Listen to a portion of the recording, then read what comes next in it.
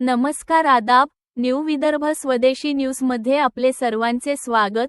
बुलढाणा शहर प्रतिनिधी शेख गफ्फार शेख सत्तार यांची रिपोर्ट। आज दिनांक 27 एप्रिल 2026 रोजी बुलढाणा येथे छत्रपती शिवरायांचा खोटा इतिहास सांगणाऱ्या धीरेंद्र शास्त्रींचा निषेध। धीरेंद्र शास्त्रींनी माफी मागावी अन्यथा कायदेशीर कारवाई करू। शिवव्याख्याते रोठे पाटील, बुलढाणा। रामदास स्वामी छत्रपती शिवरायांचे गुरु होते।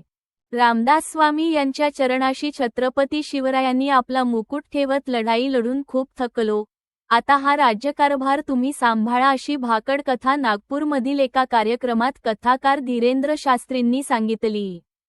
एवढ्यावर शास्त्रींची भाकड कथा थांबली नाही तर ते पुढे म्हणाले की रामदास स्वामींनी छत्रपती शिवरायांकडे पाहत हसत हसत म्हणाले, राज्य मी चालवतो, तुम्ही फक्त अंमलबजावणी करा। अशा भाकड कथा सांगत जाणीवपूर्वक इतिहासाची जाहीररित्या मोडतोड केली आहे।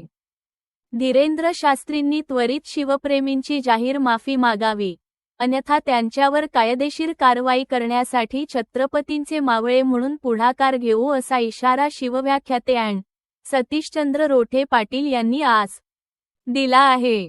जगद्गुरू तुकोबांबद्दल सुद्धा धीरेंद्र शास्त्रींनी गरळ ओकली होती। जगद्गुरू तुकाराम महाराजांना त्यांच्या धर्मपत्नी मारत होत्या म्हणून तुकोबा वैराग्याला गेले आणि त्यानंतर तुकोबांना भगवंताची प्राप्ती झाली, असे तथाकथित विधान यापूर्वी धीरेंद्र शास्त्री यांनी केले होते।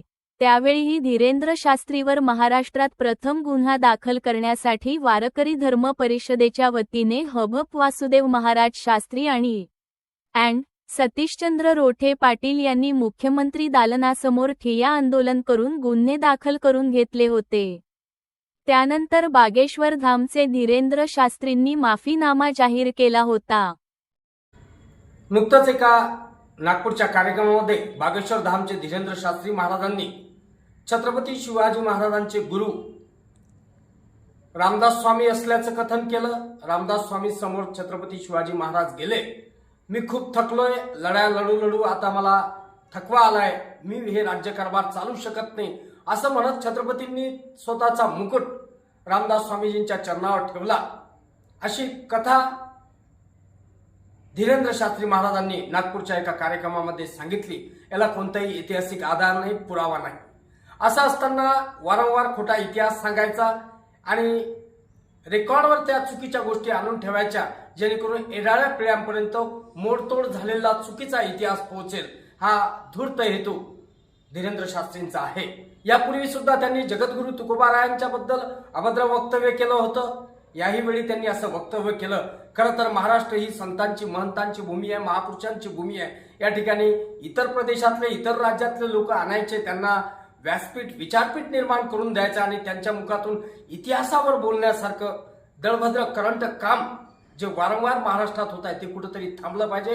धीरेंद्र शास्त्री महाराजांनी इतिहासाचं अवलोकन करावं आणि त्वरित या घटनेची माफी मागावी, अन्यथा त्यांच्यावर कायदेशीर कारवाई करण्यासाठी यापुढे छत्रपती शिवरायांचे मावळे म्हणून आम्ही पुढाकार घेऊ, हा इशारा आम्ही या माध्यमातून सरकारला आणि बागेश्वर धाम धीरेंद्र शास्त्री महाराजांना देत आहोत।